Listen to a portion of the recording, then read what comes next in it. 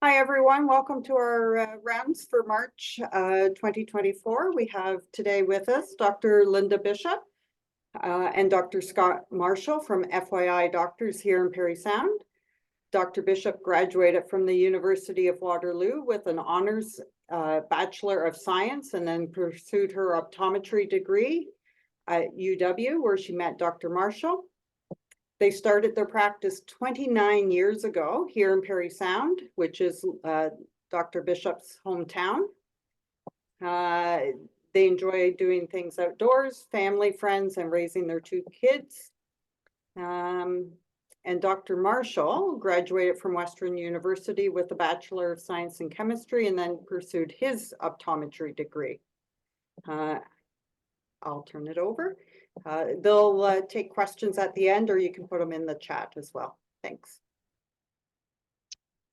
Thank you, Kathy. We're very pleased to be able to present this topic to everyone today.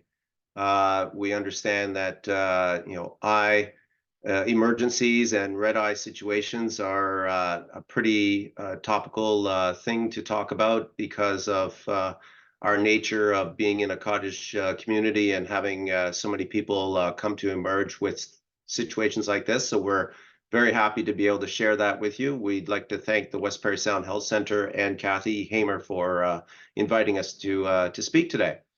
At the very end, we'll have our email addresses as well, so that if you do wish to ask anything afterwards, or you think of something afterwards, by all means, please email us.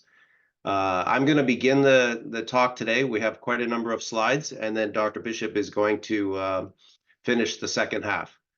Please ask any questions you wish through the chat line, and we have that available. We can try and answer that verbally right away if we can.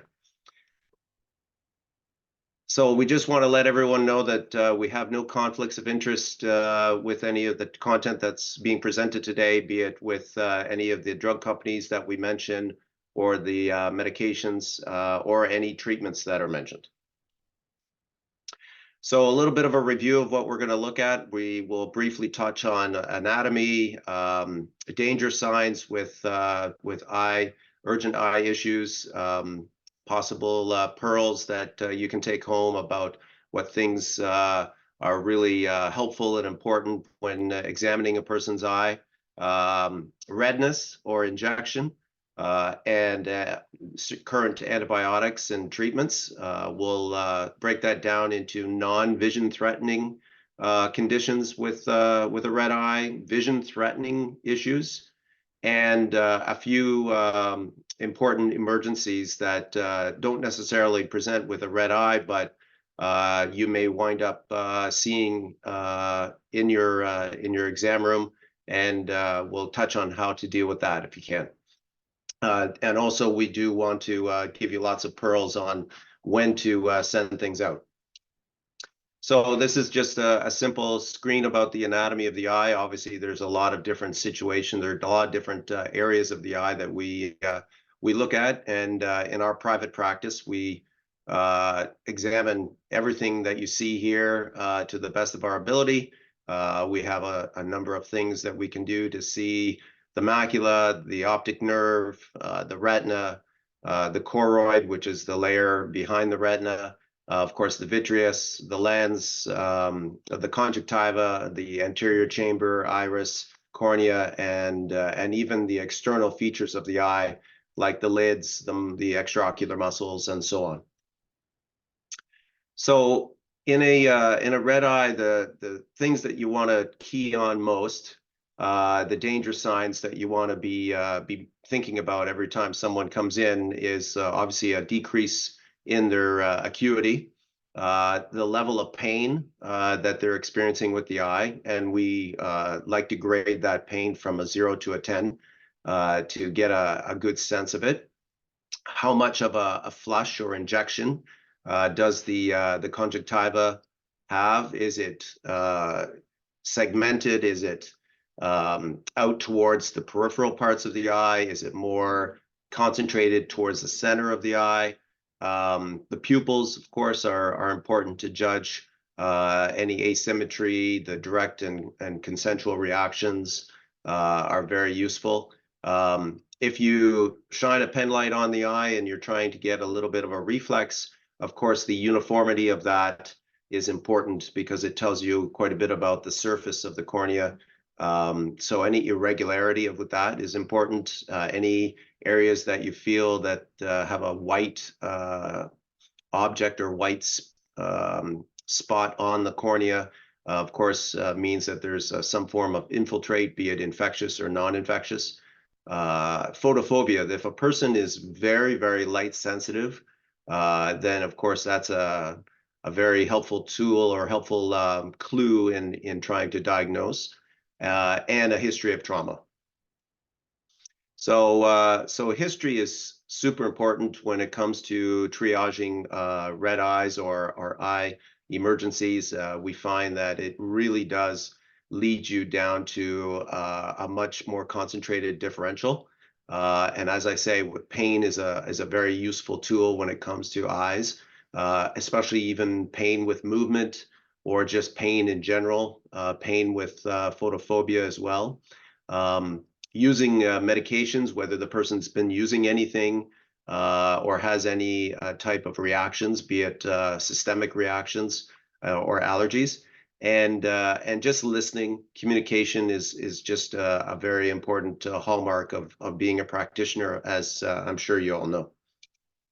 So this is kind of a listing of some of the things that we try to measure. Visual acuity is important in both eyes, not just the one that's primarily being affected.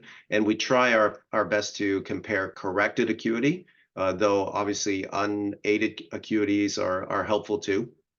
Just looking around the outside of the eye, judging the pupils, doing a motility or checking for any extraocular restrictions of those muscles. The injection, so grading the injection. Generally speaking, the gradings are from a 0 to a 4, but also location and concentration of the injection. Discharge, so a discharge of any color is important to note. It could be watery, it could be yellow, it could be white. There's a whole variety of things that you can differentiate from that. One thing that not many people think of is a preauricular node or lymphadenopathy is actually a very useful tool in judging some forms of infection. It's quite often associated with a viral infection, for example, and so is follicles. So the difference between follicles and papillae, you can see on our screen there that there's a little bit of a difference in the presentation of those two lids. The top picture has a follicle. It's more of a pearl whitish kind of bump, whereas the papillae at the bottom have more of a concentration of red, and they tend to be more numerous, which of course is also associated with an allergic reaction. More things that we look at, of course, fluorescein is a very useful tool to judge the surface of the cornea. Everting the lid is always a wise step to take because you never know what may be hiding underneath there. Taking pressures, doing a brief confrontation field is always useful, though most of the time with a red eye, you're not really going to see a lot of change. Ophthalmoscopy, certainly trying to judge how well light is focusing through the eye is always helpful.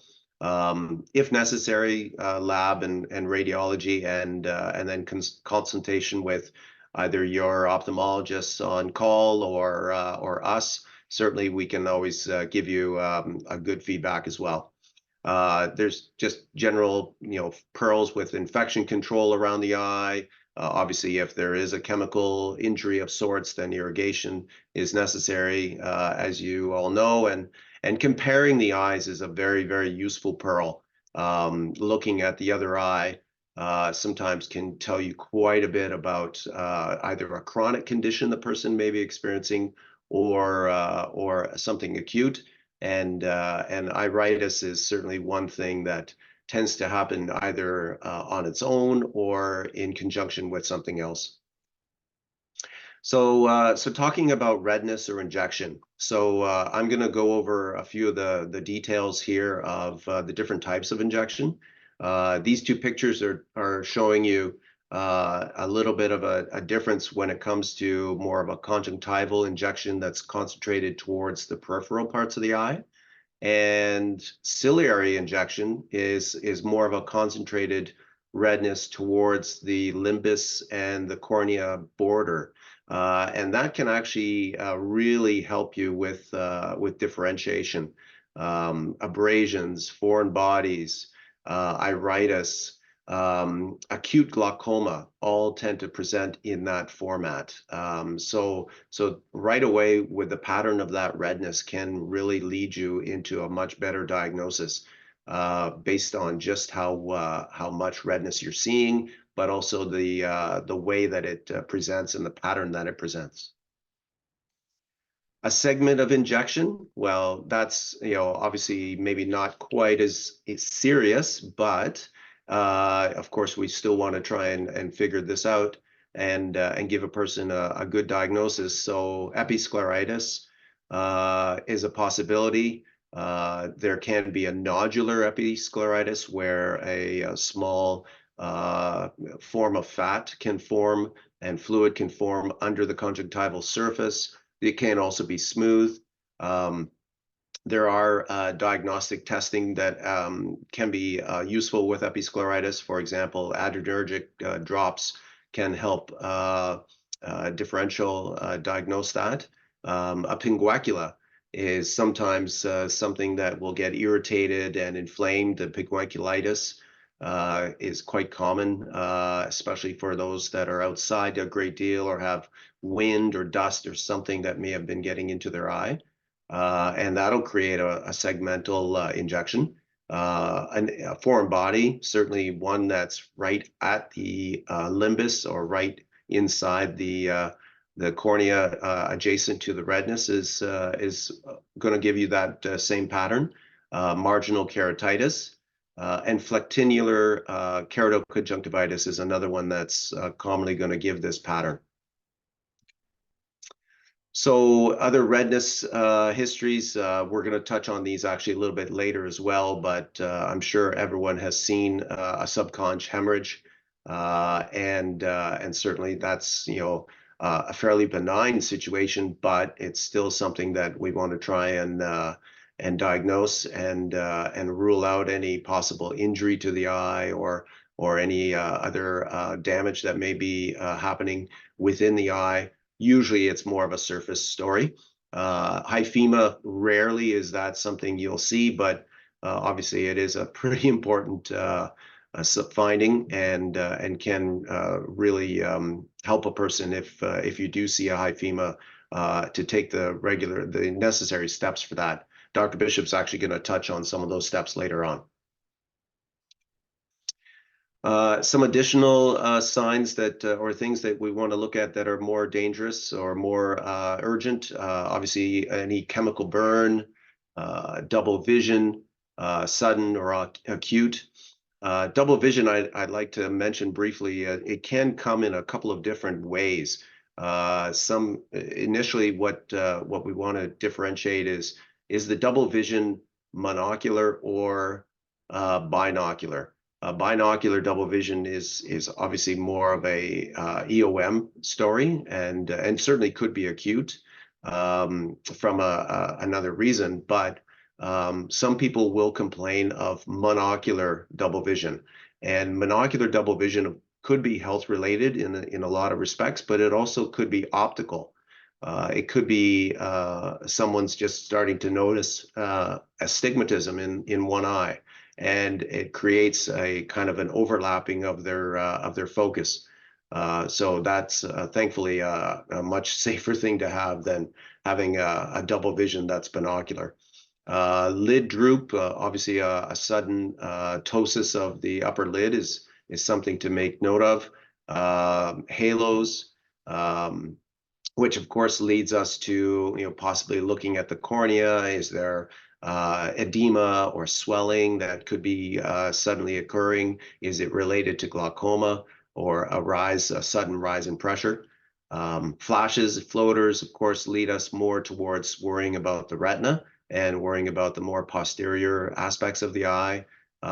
Any complaint of vision loss, be it transient, be it long-standing, is it increasing? Is it staying the same?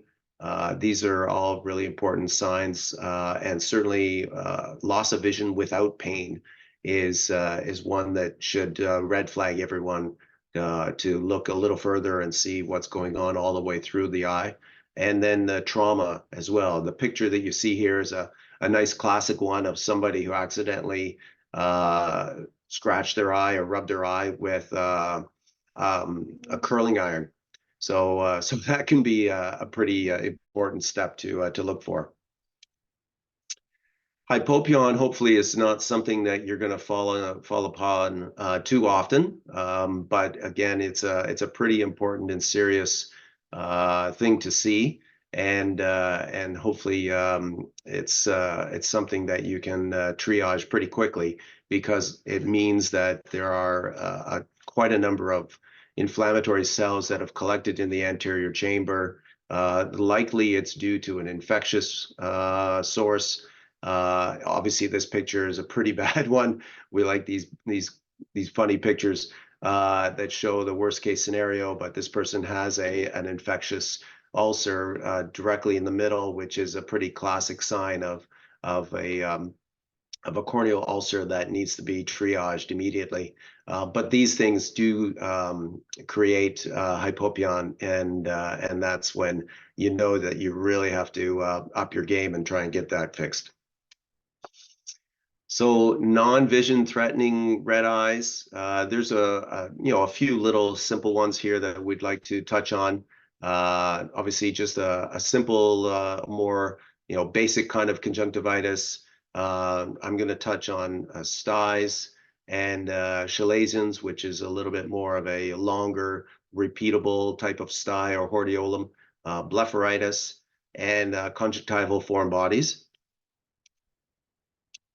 So these are some of the basics that we look at when we see somebody with a red eye, and we're concerned about what the source may be. So there's a few different ones that we kind of triage through, like bacterial, viral, allergic, chemical. They all have all their kind of presentations and differentials. Bacterial is the one that obviously a lot of people come across most or tend to see most often, and the discharge is pretty classic. Staph aureus and strep Haemophilus. Very rarely do we come across chlamydia, but some of these are pretty common and easy to see. Viral, yes, we do come across some viral issues. They can be an adenoviral keratitis. We can have simplex. We can have zoster. So we want to differentiate that as well. Allergic reactions, that's a little more of a whitish, stringier kind of discharge, and obviously the papillae is one of the classic stories, as well as chemosis. And then chemical, which you're likely going to find out more from the case history. But you never know. People may not realize that they have some kind of chemical reaction in their eye. So here's some examples of a bacterial infection, which I'm sure everyone's seen before. Afflictinular keratoconjunctivitis. This is a little bit of a blow up. Hopefully people can see that right there along the edge of that limbus. There's a small little white to yellowish lump. And that's what afflictinule looks like. Staph can create that, and usually it does border lower. It's associated with a staph infection along the lid. It's pretty rare for us to come across a TB-related afflictinule. This is chlamydia, which is again a little bit of a differential that you just want to think about long term, because these things don't tend to get diagnosed initially. But another example of a good follicle in that upper left corner, which is classic for chlamydia. This is a good example of a viral infection that you may come across. Not necessarily a simplex infection because it's more bilateral. This is an adenoviral keratitis, keratoconjunctivitis, I should say, because the conjunctiva is affected as well. It comes in two stages.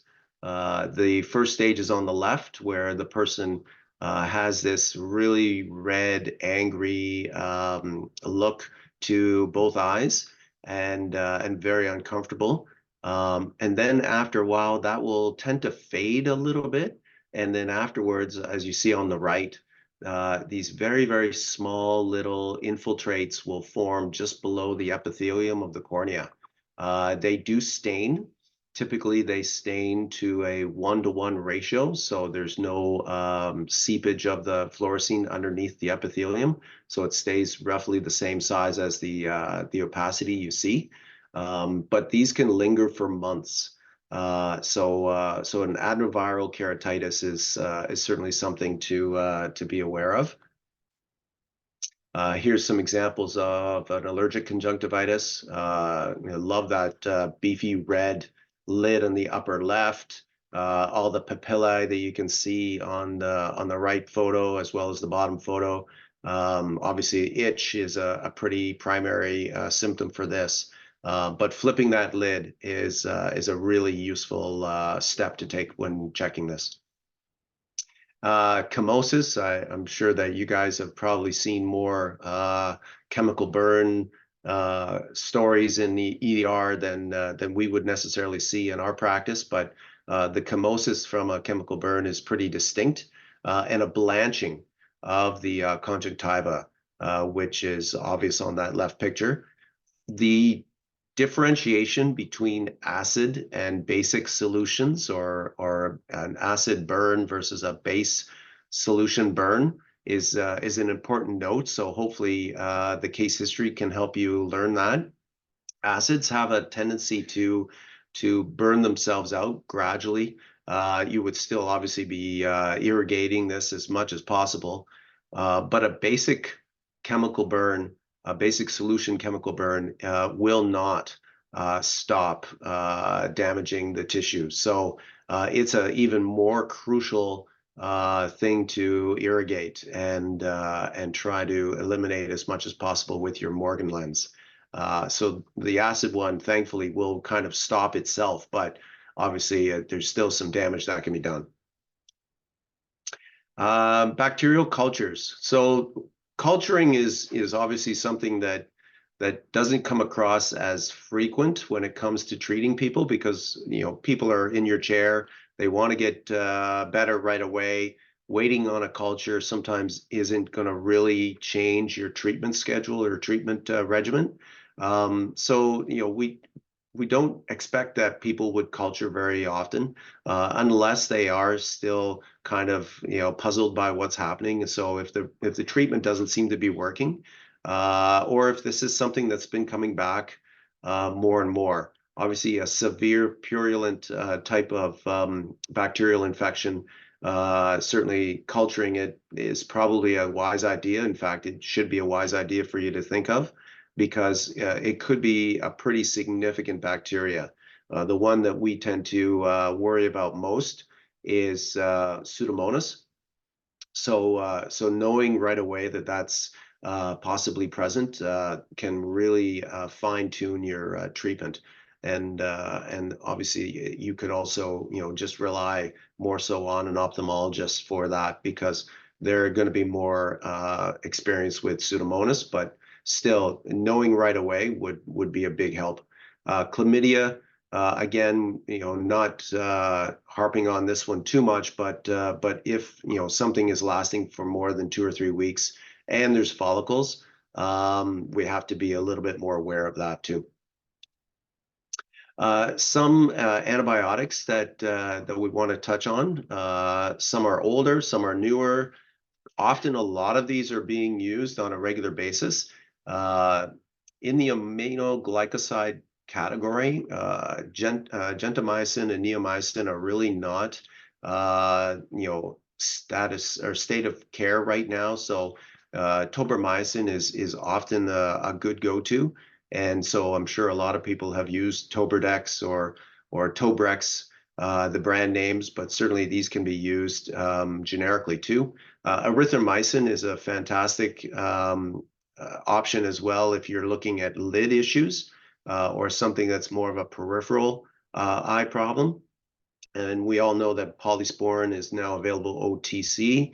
Polytrim was always recommended as a really good kind of a step up from polysporin, so to speak. And it was often recommended for us to use that more so with children. So there's a little bit of a pearl when it comes to that type of antibiotic. We don't really use any sulfonamides anymore. This is our go-to, fourth generation fluoroquinolones. These have been around for a while, but they seem to still have some of the best results. And so the top three options that you see there, Zymar, Vigamox, and Besavance, are all really, really successful options for somebody to treat antibiotic or bacteria.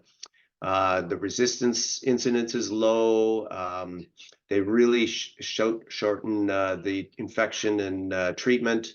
They're great for gram plus. They are still effective for gram minus as well.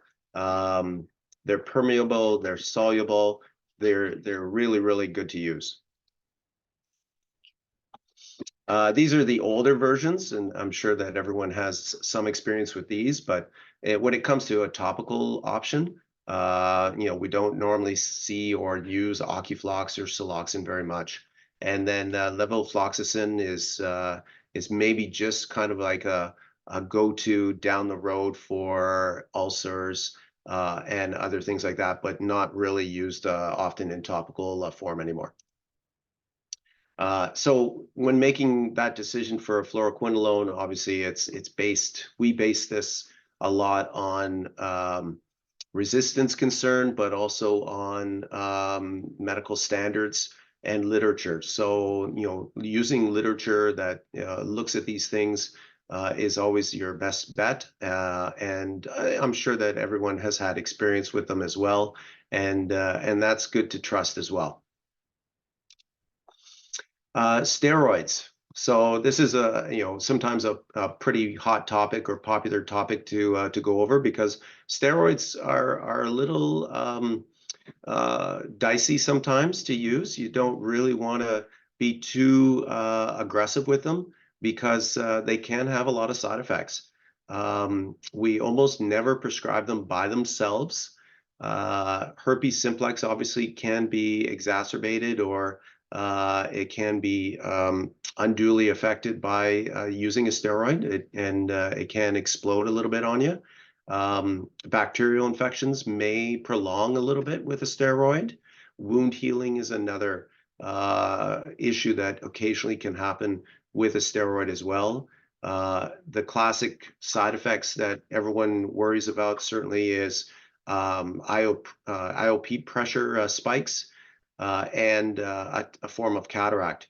Now, the cataract is maybe not too worrisome in the initial stages of treating with a steroid because you usually have to use a topical steroid for a good month to 2 months before you may start to see that. But the steroid responder who has a reaction to, say, using prednisone topically, a pressure spike could happen within a couple of days. So it's something to watch for. And obviously following up with IOP is important. And then certainly it can exacerbate a fungal infection. So just being very, very careful with steroids is a good pearl that I would share. But knowing for sure what you're dealing with, and hopefully you don't have any of these things in your differential. So to summarize some of the things that I've touched on, the pearls that I want to kind of share with everyone is that painful eye that doesn't have any discharge is probably not a conjunctivitis. So, we need to kind of start looking at cornea, looking for any possible foreign body, iritis, an acute glaucoma situation, a viral situation. So the discharge is really going to help narrow down what you're looking for. The preauricular node, again, that's something that is not maybe thought of initially, but it can give you a really good answer on what direction you should take. And I should mention, I don't see it here on the slide, but we're talking about the ipsilateral node to the eye that's affected. Systemic medications can certainly cause a red eye. So we have an example here of an acne medication like Accutane, but dry eye itself, just on its own, can present as a red, painful eye, and also provide night vision issues, focusing issues. Case history will help you a little bit more with that, and when the redness happens, is there any kind of activity that seems to be increasing it or adding more to it? And then if a person's on some form of oral medication and they get a rebound, or maybe they're taking, over-the-counter Visine, and you're seeing their red eye because of a rebound of that decongestant. These are all issues as well. Case history with any other topicals that they're using may also give you some signs. For example, there are some glaucoma drops that will cause redness. And so that's going to give you a little better idea of what's going on. And that may only be in one eye. So when to refer? The idea, of course, of a referral is it's always great to sometimes just get that extra peace of mind and extra set of eyes on your problem. But when you're not quite sure, it's always a wonderful idea to reach out to somebody. Obviously, if something's not clearing up right away, seems like your treatment schedule is not doing the job, you've got a lot of purulent discharge, or if the cornea is involved and you're really not happy with how things are going, and that can be, of course, eventually a vision-threatening story, then referring it out is certainly a great idea. So from here on, I'm going to pass it over to Dr. Bishop, and she's going to continue. Thank you. So this is a pretty good slide of something we've probably all seen, especially if you're working in Emerge, of a subconjunctival hemorrhage. And typically what I'll ask the patient, have you rubbed your eye? Usually what happens is they'll come in, presents first thing in the morning. 9 times out of 10, it's happened while they've been sleeping. Perhaps they've rubbed their eye or something of that nature, and they get this essentially a bruise of the conjunctiva. Tends to look, obviously looks a lot worse than what it is, just because the blood pools so easily with the looseness of the conjunctival tissues. More often than not, I'll ask, are you taking any blood thinners? Are you on any aspirin? Usually the first 2 days, using ice cold compresses to help constrict those blood vessels, keep the bleeding to a minimum. After that, I tell them warm compresses will help the blood to reabsorb. And usually you're looking at about a couple of weeks duration just to have that heal up completely. Yeah, so it's usually pretty benign, nothing much to worry about. The time that you need to be more concerned is if it's associated with some form of trauma. Do we need to look inside? Has anything, what is the trauma? Is there any concern about maybe an intraocular foreign body? So what we have here on this slide is a nice stye or hordeolum. Typically, you're going to find that with Staph aureus.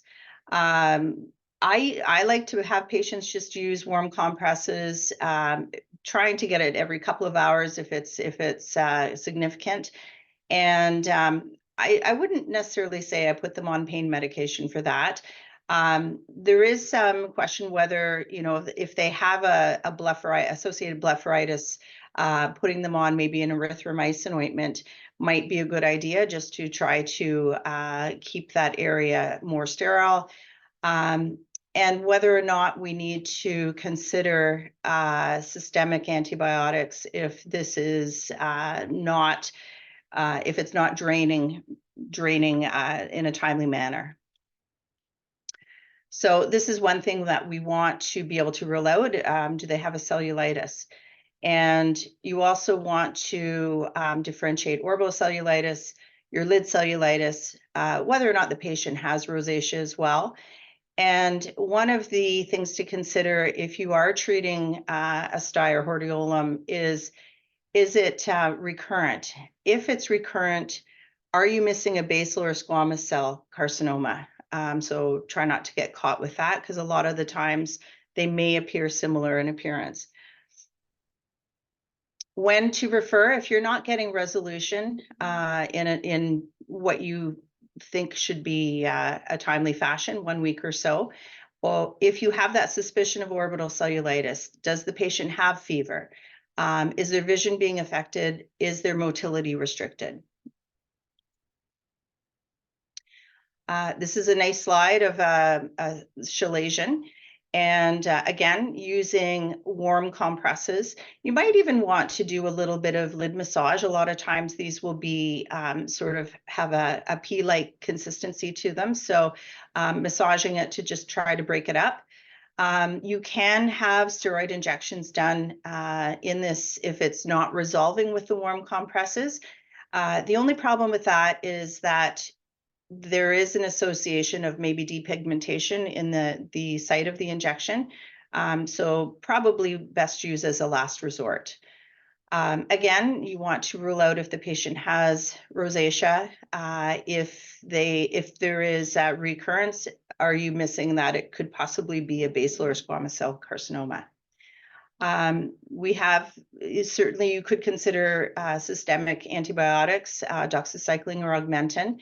One of the newer treatments that's available now to treat these types of cysts is IPL or RF, so intense pulse light or radio frequency, just to try to break that up. And that's available. A lot of dry eye clinics who see a lot of this, and maybe in larger centers, will have access to this, and that might be something to consider as well. So again, when to refer if you're not getting that resolution in a timely manner, 2 or 3 weeks. If it's cosmetic, we have had cases where patients have a pretty unsightly one that they're in a, you know, maybe going for a job interview or something important that's coming up. Also vision. If the cyst is quite large, it could possibly also press on the cornea, cause some induced astigmatism, and cause their vision to become blurred. So that would also be an indication. So with blepharitis, normally we're finding that this is from staph, seborrhea, or a combination thereof. When you're considering whether or not it is from rosacea, check for the macules, the papules, the pustules on the forehead, nose, and cheeks, telangiectasia, and rhinophyma of the nose. So this is a nice slide of some rosacea, and we can see from the nose there that that's pretty evident. Treatment for blepharitis, we could talk about this for hours. There's so much that's new on the front of blepharitis care, but essentially starting with warm compresses. Using that, you can use warm compresses a couple of different ways. Traditionally, it's been a washcloth that you heat up with warm water, but you can use a more intensive form of heat with a Bruder mask, which is being heated. It's a microbead mask that you heat in the microwave, has just a little bit more intense heat that way. Keeping up with proper lid hygiene.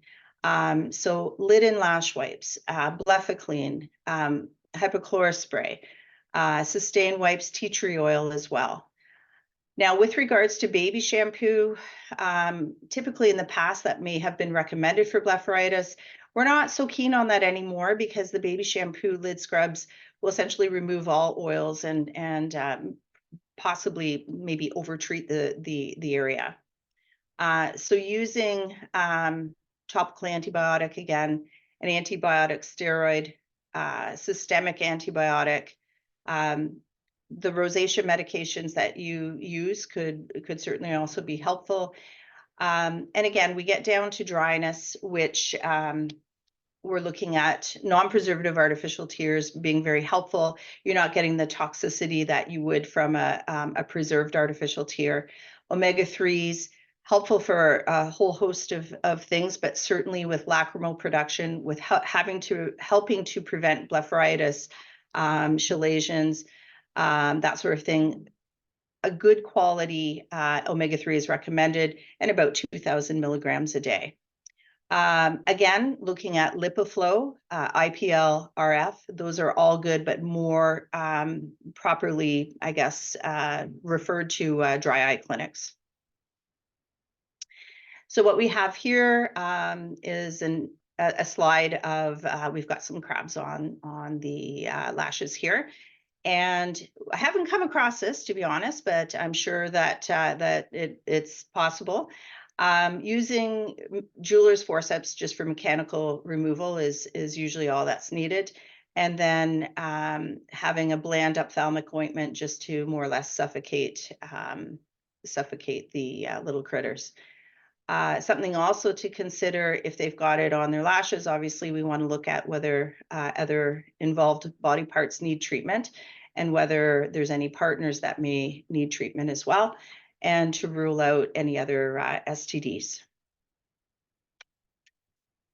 This is my favorite slide. I'm really excited to share this one with you.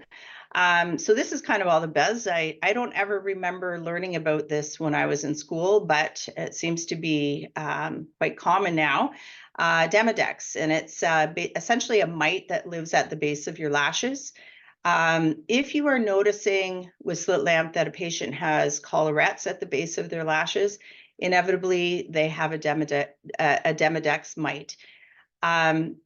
You can see them as well. They tend to come out more so at night. If you're twisting the lashes, you can actually see the tail kind of sticks out from the lash and it will kind of dart back in. The way to treat this is tea tree oil about twice a day, usually about 6 weeks. Apparently it's very common. A lot of us will have it to one degree or another. I would say really if it's commonly found and the patient's asymptomatic, I don't worry too much about it, but it's more in the patients who are noticing a lot of itch of their lids. And so what we have here is a summary slide of the vision-threatening red eye and ocular emergencies. So just touching on corneal abrasions, conjunctival and corneal foreign bodies, keratitis, iritis, hyphema, blowout fracture, retinal detachment, and papilledema. So corneal abrasion, with using your fluorescein stain, obviously, we can see in the top slide here that we've got a corneal abrasion. Making sure that you've got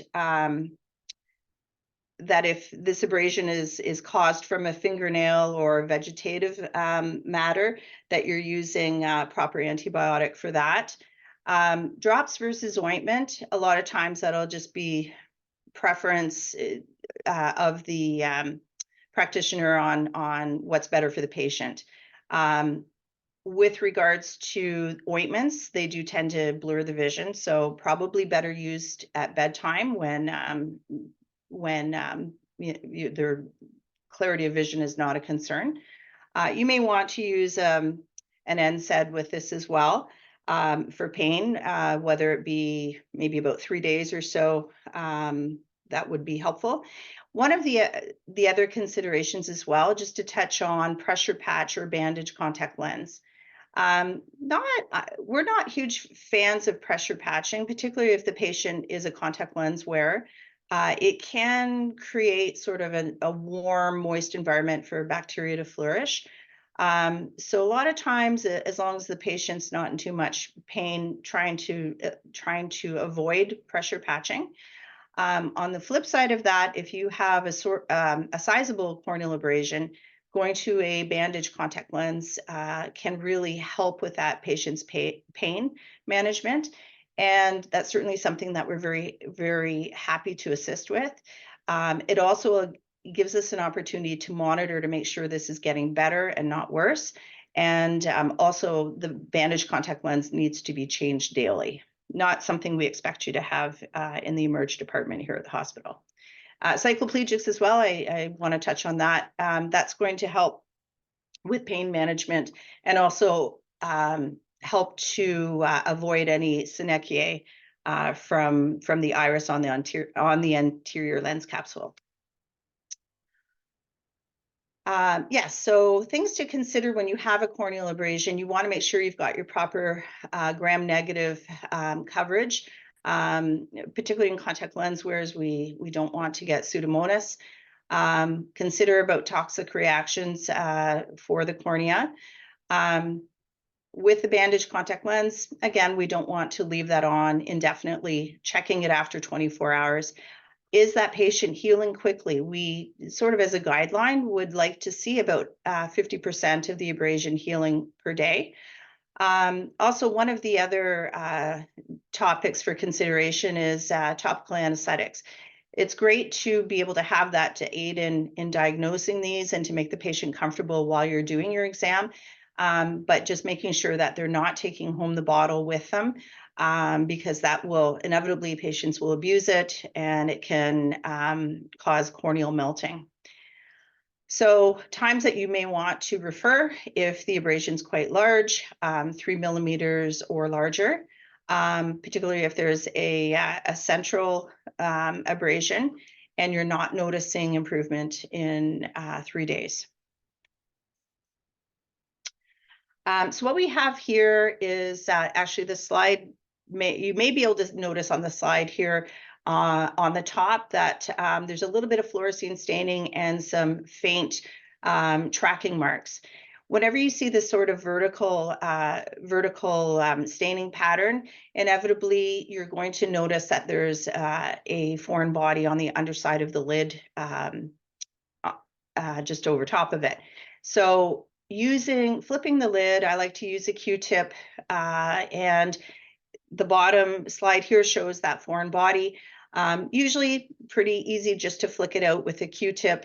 And then if afterwards the patient is finding that their symptoms are 100% gone, you know that you've got it all. However, if you're noticing that the patient is still in discomfort, that's a good indication to look again. Is there something else that you're missing? And the other thing that may be of help, if you have patients that are coming in after hours with torn contact lenses, and they come in with the history that I've torn my contact lens, I know a portion of it is still in there, putting a drop of anesthetic in. And I also recommend adding the fluorescein. The contact lens will basically take up the fluorescein and it'll be much easier to find rather than trying to blindly look in there and see where that contact lens piece is.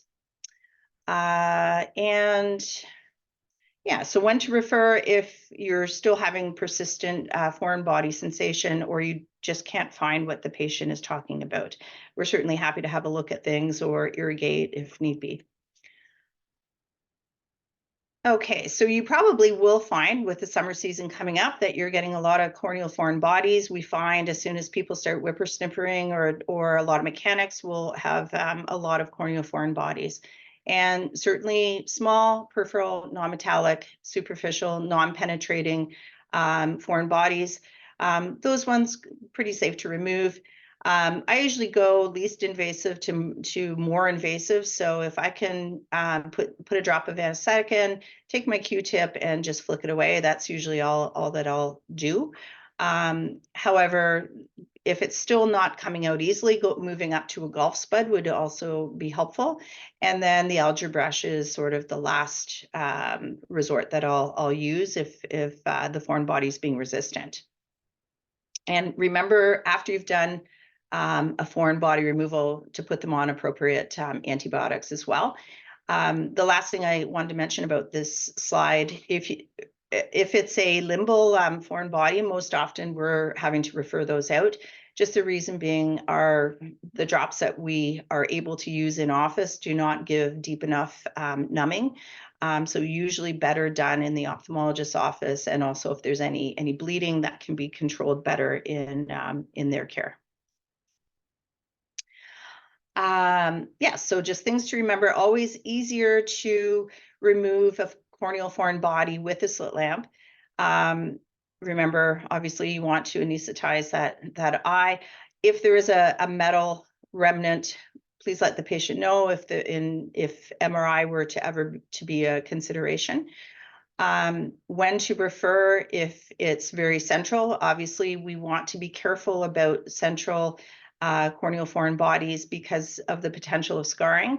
I like to, if I am referring out for a sizable central foreign body, a tip from Dr. Nixon was have the patient use erythromycin. It tends to soften up that foreign body, and it does make referral easier because inevitably they're going to be waiting several hours, if not the next day, to have that looked at.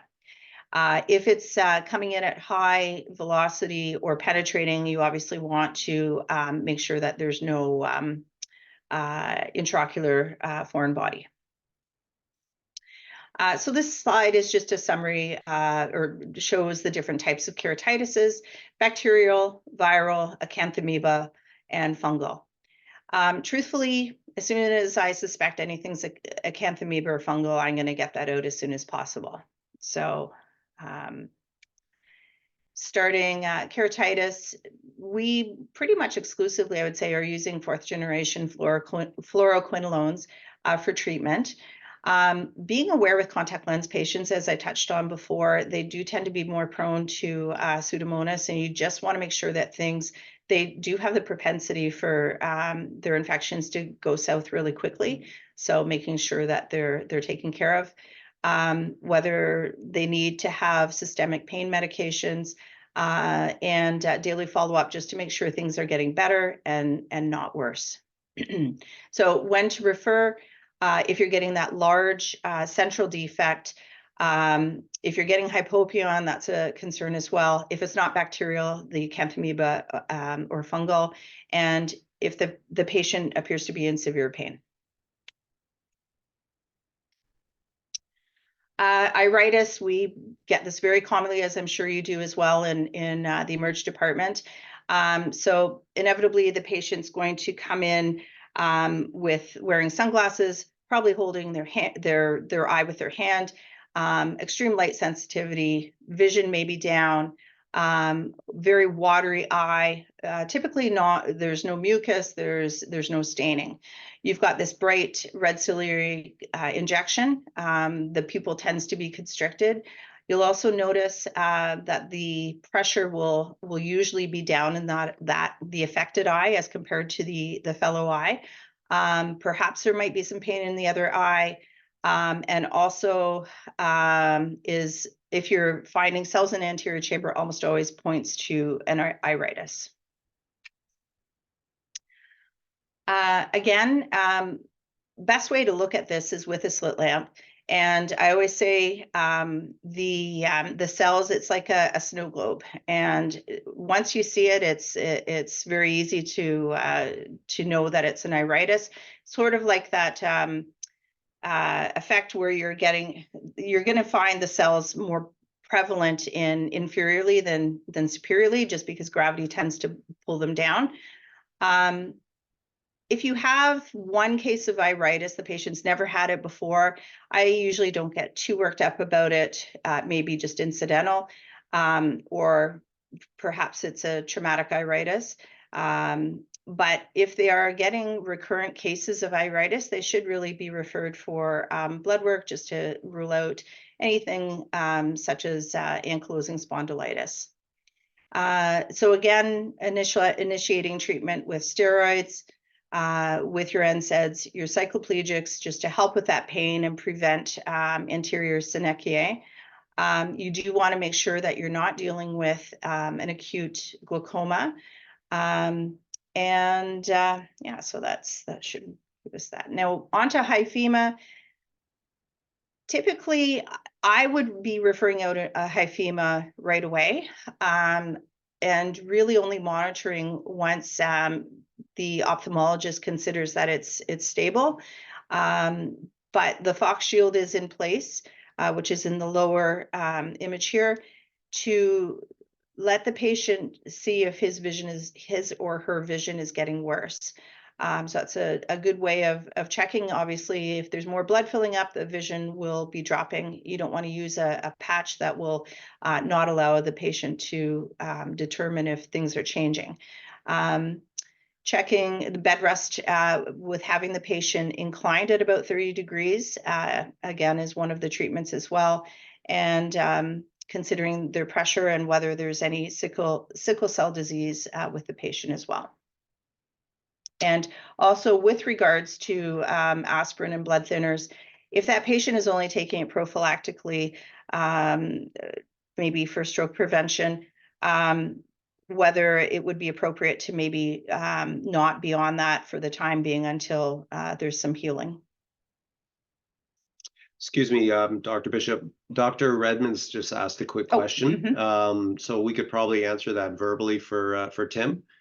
He's just wondering if there's anything that you would recommend for someone who has a little bit of residual rust from a foreign body, a metallic foreign body. Is there anything that you would suggest for that person? I'll ask you your opinion as well, Scott, but typically if it's asymptomatic, if it's been there, we typically leave it, or I typically leave it. If there is some evidence that says that it may rise to the top, and if you can remove it without causing more scarring, I think that's a possibility as well. But asymptomatic, I probably would leave it. Yeah, so what we're, I think, referring to is a rust deposit that the epithelium has completely covered, so it doesn't have any foreign body sensation. Certainly, if it's in the peripheral portions of the cornea, I would say that it could be left, and possibly over time, as the epithelium matures, that it may gradually come away. Certainly, you could even lightly dab that with a Q-tip and see if you could absorb some of that off the surface. You're obviously going to be anesthetizing the eye to be able to touch it and be able to do that. But leaving it in the peripheral parts is obviously not a vision threatening issue. So we could leave that for now. If someone is aggressive enough or wishes to do it, then certainly you could reinstitute an algae brush as well. Mm-hmm.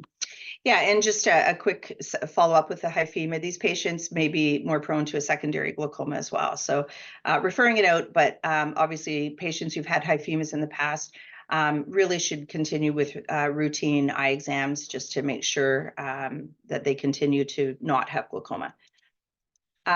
Orbital floor or blowout fractures, obviously from trauma, truthfully, you probably have seen more of these than we have. We typically get them once they've been diagnosed and we're just following up. But the double vision, restriction in eye movement, that reduced sense of touch in the skin of the surrounding the orbit with the sunken eye, and making sure that the patient is not blowing their nose. Certainly want to consider putting them on the broad spectrum antibiotic, cold compresses, nasal decongestants, making sure that they're not blowing their nose, and checking for if there's any subsequent retinal detachment. So obviously you want to have a look at a CAT scan of the orbit Again, I would refer this out right away. I'm not comfortable with dealing with this in office. Now on to retinal detachment. I'm sure that you probably, if we are getting at least one a day of flashes and floaters, so I can only imagine the emergency department's probably getting their fair share of similar patients. The best way to check for retinal detachment is a dilated fundus exam and checking to see if there's any holes or tears peripherally. Migraine differential, essentially, if you don't see any tears or holes peripherally, and the patient has had migraines, or perhaps it may be your migraine aura. But the other thing to consider as well, I think this may be on the next slide, is making sure that this patient is followed up. Most flashes and floaters, fortunately, I would say probably 95% of flashes and floaters don't end up being a retinal detachment. However, we do like to follow them about 6 weeks after the symptoms start, because there tends to be just a slight uptick of incidences of retinal detachment at that point. So you just don't want them to fall between the cracks. So making sure they have the proper follow-up care. Risk factors for retinal detachment: nearsightedness. So if that patient's nearsighted, it means their eye is longer than average. So the attachment points of the retina tend to be a little bit thinner in the periphery and puts them at higher risk. If they've had trauma, you're going to have a higher risk of retinal detachment as well. Previous ocular surgery, lots of times if patients have had cataract surgery, they may be more predisposed to retinal detachment. Diabetes, if they have bleeding and there's a bit of contracture of that area, that can also lead to retinal detachments, tumors as well. And again, if you've had a retinal detachment in one eye, there's a slightly higher chance of having it in the other eye as well. So making sure patients are routinely getting their eyes examined. With regards to late retinal detachment, a lot of times, if you're going to be referring these, say, down to Toronto for assessment, they may want to know if the macula is on or off, because it does affect their care and perhaps getting that patient seen more in a more timely manner. So when to refer, I would say always. Papilledema, so possibly life-threatening. You're going to see this is caused by increased intracranial pressure, can develop in hours and dissipate over months. Something to know is that in the early stages of papilledema, you may notice that they're not symmetrical between the two eyes. And what you can look for is the hyperemic disc, which may or may not be present, to be honest. The blurred disc margins, elevated disc cupping. Normally with patients, you'll be able to determine clearly if there's cupping. With this type of swelling, you may not be able to see that at all. Spontaneous venous pulsation disappears. Typically 20% of the population don't have a venous pulsation, so it is something to consider with the patient. If you're not seeing that venous pulsation, that some people naturally don't have it. Also the disc hemorrhages and concentric folds. This slide is showing a couple of normal optic discs versus abnormal. The top left is your normal, pretty common. The right, this can be a little bit, it can be a little bit confusing when you have optic disc drusen, because they appear to be white and fluffy, but this is congenital and is not papilledema. The lower left shows the swollen, blurred disc with the cuppings very difficult to determine. Likely the spontaneous venous pulse has disappeared, and the disc hemorrhages. Lower right shows the concentric folds, and this is really kind of cool when you see it in 3D. You can imagine that type of elevation centrally. So with papilledema, you want to rule out if it's a metastatic intracranial mass or pseudotumor cerebri. And most often you'll see that presentation in overweight women who are on on birth control pills. So make sure that the neuroimaging is done and potentially a lumbar puncture if pseudotumor cerebri is a concern. A little bit more about sexually transmitted diseases. Again, you can get the lice in the lashes, chlamydial conjunctivitis, syphilis, gonorrhea. But one of the things to consider as well is that not all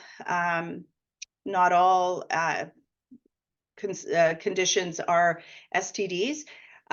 If patients are getting cold sores, a lot of times they can transmit that cold sore to the same eye.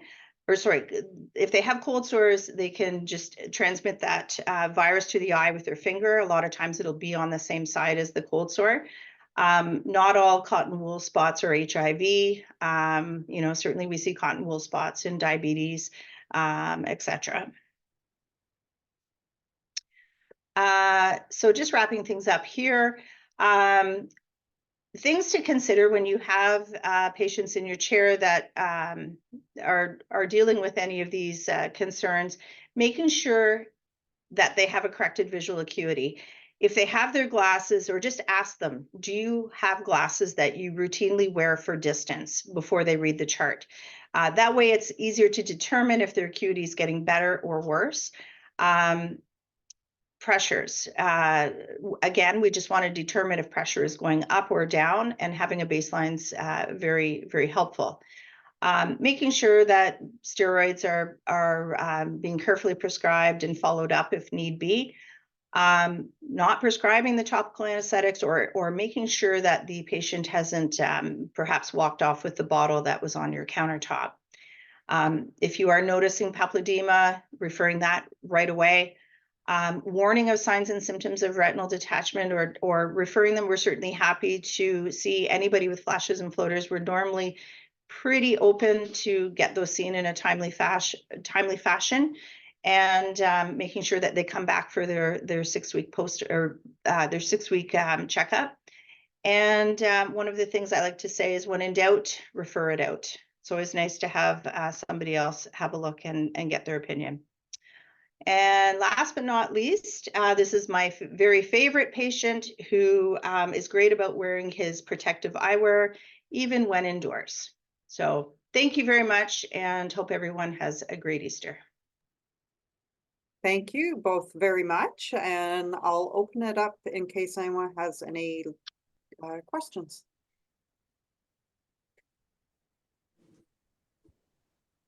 Hey, it's Victoria Smith. Can you hear me? Yes, we can. Yes. Hey, thanks so very much for this talk. It's there were so many great pearls in here, and it's always overwhelming because, as you probably have seen from my referrals, the eye is not my forte.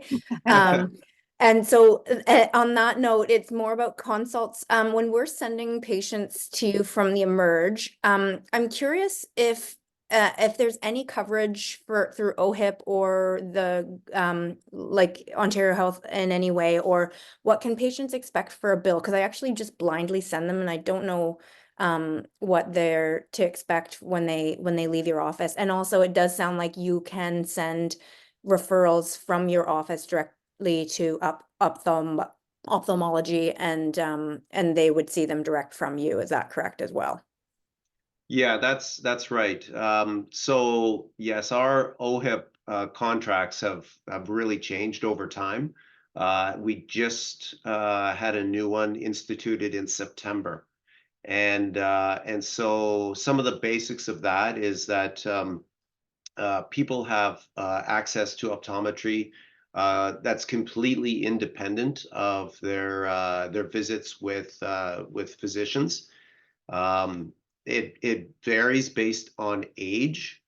So anyone, for example, over 65 is eligible quite often to have a checkup or have a visit made, be it a more fuller exam versus just a partial exam. They are limited to that coverage. If they're under 65, then it's a bit of a challenge in knowing whether that person is going to be able to access OHIP or not. because what they've changed in our legislation and our agreement with the MOH is that they have to have something active. So an acute problem, if you will, it can be a variety of different things. It can be an acute infection of the cornea. It can be an acute episode of retinal detachment or some kind of retinal disease. It can be a visual field loss, a whole host of things like that.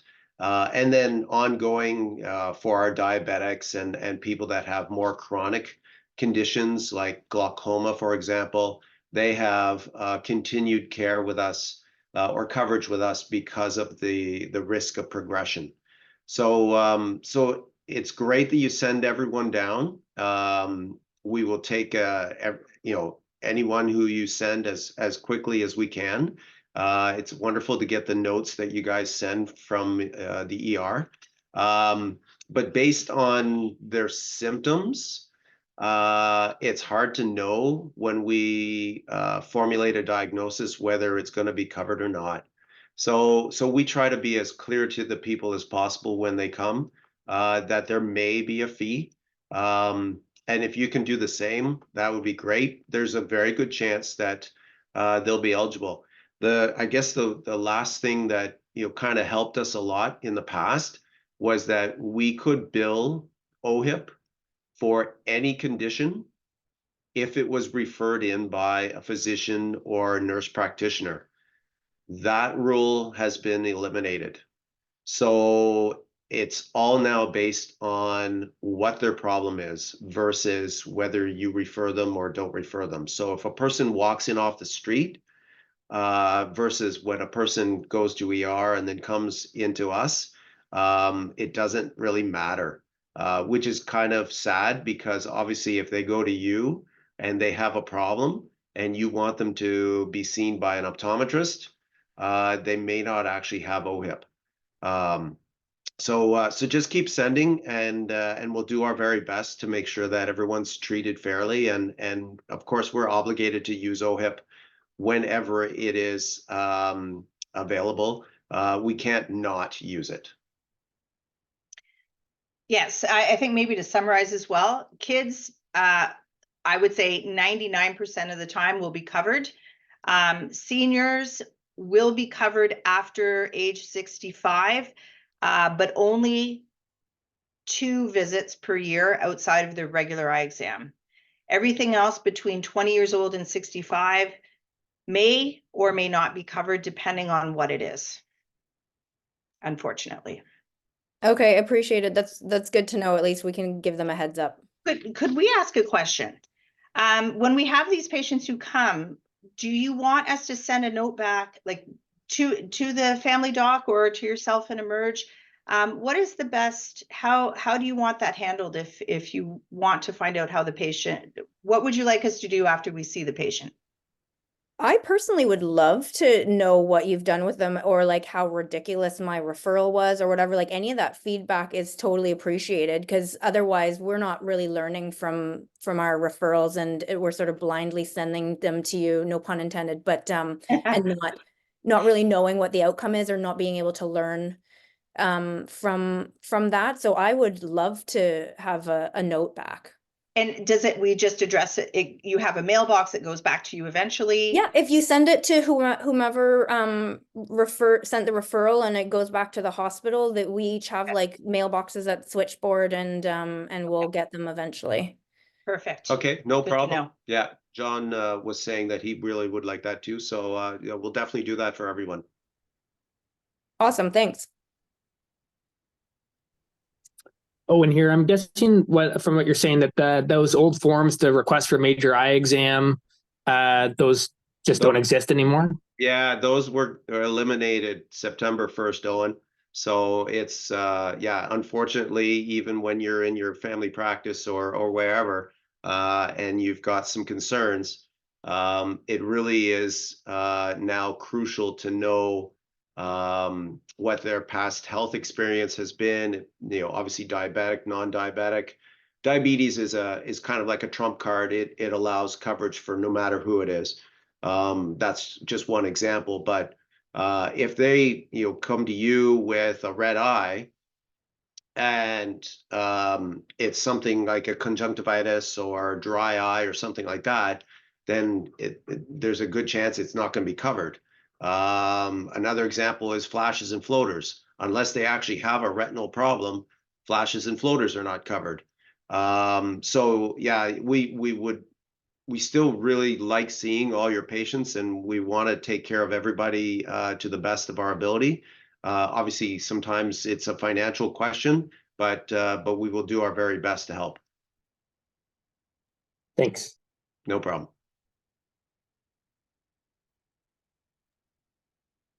Anyone else with a last minute question?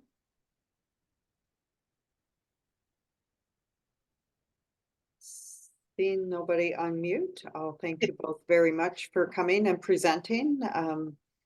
That was fantastic. I know we've gone over, so I apologize to everybody if it's Sorry about holding you up. But yeah, thank you so much. I think it was very informative. Yeah, no problem. Thank you for having us. Thanks very much, Kathy, and thanks for everyone else for attending. Tim? Thank you so much. We really appreciate it. Okay, take care. Happy Happy Easter. Easter. Okay. Tim, did you have something? Nope, just a thank you. All Okay, right. thanks.